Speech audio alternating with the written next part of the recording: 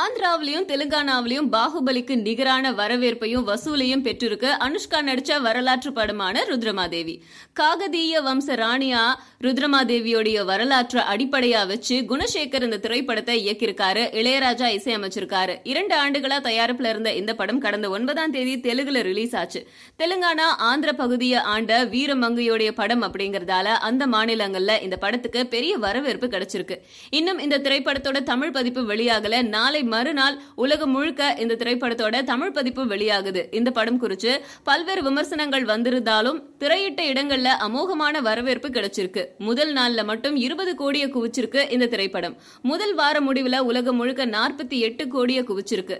தெலுங்கானா, ஆந்திரா மற்றும் சில மாநிலங்கள்ல மட்டும் 32 கோடியை இந்த திரைப்படம் வசூல் பண்ணிருக்கு. இந்த படத்தோடைய மொத்த பட்ஜெட்டே 60 கோடி தான். அப்படின்னாலும் படம் பெரிய லாபத்தை பெற்றுத்தரும் அப்படின்னு எதிர்பார்க்கப்படுது. சொல்ல முடியும்.